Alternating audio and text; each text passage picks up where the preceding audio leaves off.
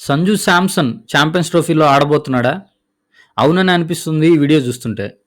ఎందుకంటే సంజు శాంసన్ షార్జా పిచ్‌లో చాలా కష్టపడి ప్రాక్టీస్ చేస్తున్నాడు. సో, ఇదేదో సంజు శాంసన్ ఛాంపియన్స్ ట్రోఫీకి ప్రిపేర్ అవుతున్నట్టే అనిపిస్తుంది. బుమ్రాతో పాటు మరో కీ ప్లేయర్ కూడా గాయం వల్ల ఛాంపియన్స్ ట్రోఫీకి దూరం కాబోతున్నాడా అంటే అవుననే చెప్తున్నాయి.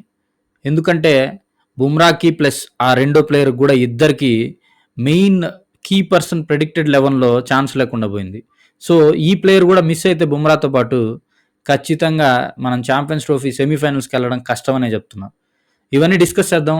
Let's get into the video. ఇలాంటి మరిన్ని వీడియోస్ కోసం క్రిక్ స్టోరీస్ ఛానల్‌ని సబ్స్క్రైబ్ చేయండి. కింద ఒక గంట ఉంటది. ఆ గంట కూడా ఒకసారి కొట్టండి. ఎందుకంటే ప్రతి వీడియో అప్డేట్ మీకు వెంటనే వచ్చేస్తది కాబట్టి.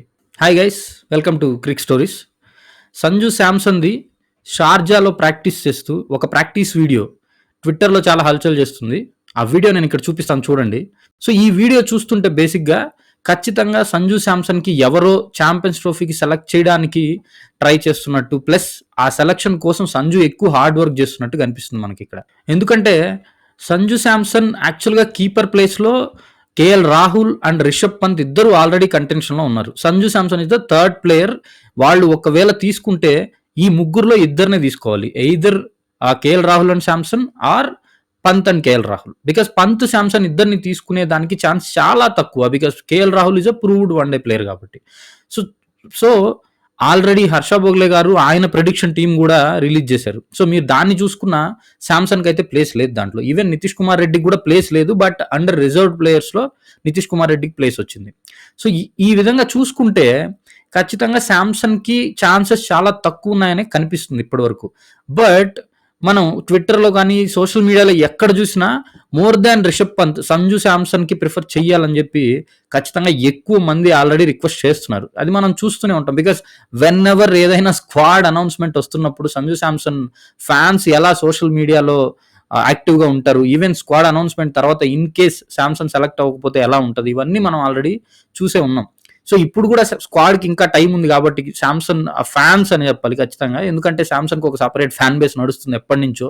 వాళ్ళు ఖచ్చితంగా శాంసన్ సెలెక్ట్ చేయాలని చెప్పి ట్విట్టర్లో సోషల్ మీడియాలో ఎక్కడ చూసినా పోస్టులు అయితే పెడుతూనే ఉన్నారు. యావరేజెస్ కంపేర్ చేస్తూ పంత్కి శాంసన్కి. బట్ సంజు శాంసన్ వన్స్ T20లో రీసెంట్గా లాస్ట్ 1 year నుంచి ఒక కంప్లీట్ ప్లేయర్ అయితే తీసుకుంటున్నారు. ఒక మెయిన్ వికెట్ కీపర్ కింద తీసుకున్నారు. ఈవెన్ ఇండియా వర్సెస్ ఇంగ్లాండ్ సిరీస్లో కూడా శాంసన్ మెయిన్ వికెట్ కీపర్ కింద సెలెక్ట్ చేశారు, బ్యాకప్ కింద జురేల్ని సెలెక్ట్ చేసినప్పుడు. సో ఇప్పుడు సంజు శాంసన్ని ఛాంపియన్స్ ట్రోఫీకి సెలెక్ట్ చేస్తారా లేదా అంటే చాలా వరకు ఛాన్సెస్ తక్కువ ఉన్నాయనే చెప్పాలి. బికాజ్ సంజు శాంసన్ కంటే రిషబ్ పంత్కి కొంచెం వన్డేల ఎక్స్పీరియన్స్ ఎక్కువగా ఉండడం, రెడ్ బాల్ క్రికెట్లో Rishabh Pant permanent wicket keeper అవ్వడం, ఇంతకు శాంసన్కు ముందు పంత్ వన్ డేస్ కూడా ఎక్కువగా ఆడుండడం వల్ల మోస్ట్లీ పంత్నే ప్రిఫర్ చేస్తారేమో అనిపిస్తుంది. But when you compare current form, ఇప్పుడు ఉన్న ఫామ్ చూస్తే ఇద్దరు ఈక్వల్ గానే ఉన్నారు, Pant and Samson. Because KL Rahul is a selected person, అందుకని నేను కేఎల్ రాహుల్ గురించి డిస్కస్ చేయట్లేదు. సో బేసిక్ గా మనం దీన్ని డిస్కస్ చేసే ముందు నిజంగా ఇండియా గెలవాలని కోరుకుంటూ, ఇండియాకు ఒక మంచి ప్లేయర్ కావాలని కోరుకుంటే మీరు వీళ్ళ ముగ్గురులో ఎవరిద్దరిని సెలెక్ట్ చేస్తారు? కేఎల్ రాహుల్, పంత్ అండ్ శాంసన్ లో ఎవరిద్దరు కీపర్స్ స్క్వాడ్ లో ఉంటే బెటర్ అని మీరు అనుకుంటున్నారు? Pant KL Rahul or KL Rahul Sanju Samson అనేది కామెంట్స్ లో చెప్పండి. సో మనం ఒకసారి రిషబ్ పంత్ అండ్ సంజు శాంసన్ స్టాట్స్ కనుక చూస్తే, so Rishabh Pant total 31 matches లో 871 రన్స్ కొట్టున్నాడు ఓడిఐస్ లో with average of 33.50. Especially year 2022 చూస్తే, బికాస్ 2023లో రిషబ్ పంత్ లేడు కాబట్టి 2022లో చూస్తే 12 మ్యాచెస్లో 336 రన్స్ కొట్టున్నాడు విత్ 37.33 యావరేజ్. 2024లో ఓన్లీ ఒక్క వన్డే ఆడాడు, దట్ టు జస్ట్ 6 రన్స్ చేశాడు. సో అదే సంజు శాంసన్ కెరియర్ కనుక చూస్తే మనం వన్ డేస్లో సంజు శాంసన్ 16 మ్యాచెస్ ఆడినాడు, అందులో with 510 runs with even high score of 108 and average 56.66. So Sanju Samson average is better. But compare చేస్తే రిషబ్ పంత్ ఎక్కువ మ్యాచెస్ ఆడున్నాడు కాబట్టి యావరేజ్ కొంచెం తక్కువగా అనిపిస్తుంది సంజు శాంసన్తో కంపేర్ చేస్తే. అట్ ద సేమ్ టైం ఇయర్లో చూసుకుంటే సంజు శాంసన్ 2023లో 2 మ్యాచెస్ ఆడినాడు విత్ 60 రన్స్ అండ్ 24లో 3 matches with 120 runs. So when you compare Sanju Samson ODI career, అక్కడ ఏమి ఎక్కువ మ్యాచెస్ ఉండవు కాబట్టి స్కోర్ కూడా అంత ఎక్కువగా కనిపించదు. But as a proved player T20లో అద్భుతంగా ఆడుతున్నాడు కాబట్టి మేబీ సంజు శాంసన్ ప్రిఫర్ చేయడానికి ఛాన్స్ ఉండొచ్చు. Or back to the basics అన్నట్టు పంత్నే ఓడిఐకి కన్సిడర్ చేసి పర్మనెంట్ కీపర్ కింద చేయడానికి మేబీ చూస్తే పంత్‌నే ప్రిఫర్ చేయొచ్చు.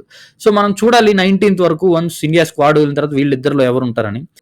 సో, ఇంకో విషయం ఏంటంటే మేజర్ అప్డేట్ బుమ్రానే కాకుండా ఇంకొక కీ ప్లేయర్ గాయంతో ఛాంపియన్స్ ట్రోఫీకి దూరమయ్యే అవకాశాలు ఉన్నాయని చెప్పాను కదా.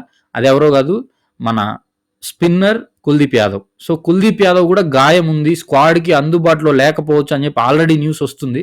ఇది కన్ఫర్మ్ అనే అనిపిస్తుంది. బికాస్ నేను రీసెంట్గా హర్ష భోగ్లే గారి ప్రెడిక్టెడ్ 11లో చూసినప్పుడు he didn't give a chance to Bumrah and Kuldeep. ఆయన 11లో వీళ్ళిద్దరికి ప్లేస్ లేదు. Because he is the most nearest person కాబట్టి డ్రెస్సింగ్ రూమ్ అప్డేట్స్కి. So I think he would have got better information. So might be Bumrah and Kuldeep Yadav లేరనే అనిపిస్తుంది స్క్వాడ్లో.